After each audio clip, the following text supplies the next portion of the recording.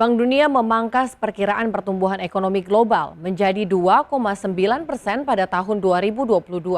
Hal ini sekaligus memperingatkan bahwa invasi Rusia ke Ukraina telah menambah kerusakan ekonomi akibat pandemi COVID-19. Bank Dunia memangkas perkiraan pertumbuhan ekonomi global menjadi 2,9% pada tahun 2022. Hal ini sekaligus memperingatkan bahwa invasi Rusia ke Ukraina telah menambah kerusakan ekonomi akibat pandemi COVID-19, dengan banyak negara diprediksi akan menghadapi resesi dalam waktu dekat. Melansir Reuters, invasi Rusia ke Ukraina ikut memperbesar perlambatan ekonomi global yang kini tengah memasuki periode pertumbuhan lemah berkepanjangan dan inflasi tinggi.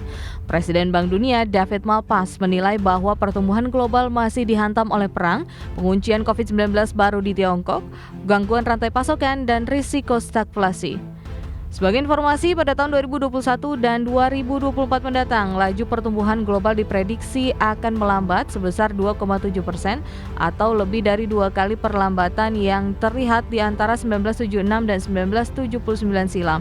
Laporan ini menjadi peringatan kenaikan suku bunga yang diperlukan untuk mengendalikan inflasi pada akhir tahun 1970-an ikut tertekan sehingga memicu resesi global pada tahun 1982 serta serangkaian krisis keuangan di pasar negara dan ekonomi berkembang.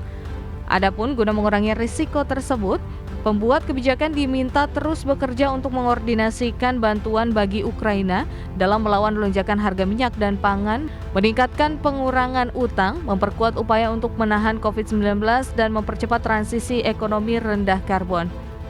Sebelumnya, Bank Dunia memperkirakan penurunan pertumbuhan global dapat mencapai 2,9% pada tahun ini dibandingkan realisasi 5,7% di tahun sebelumnya. Dengan demikian, inflasi global dinilai akan moderat tahun depan meski tetap di atas target dari banyak negara. Berbagai sumber IDX Channel.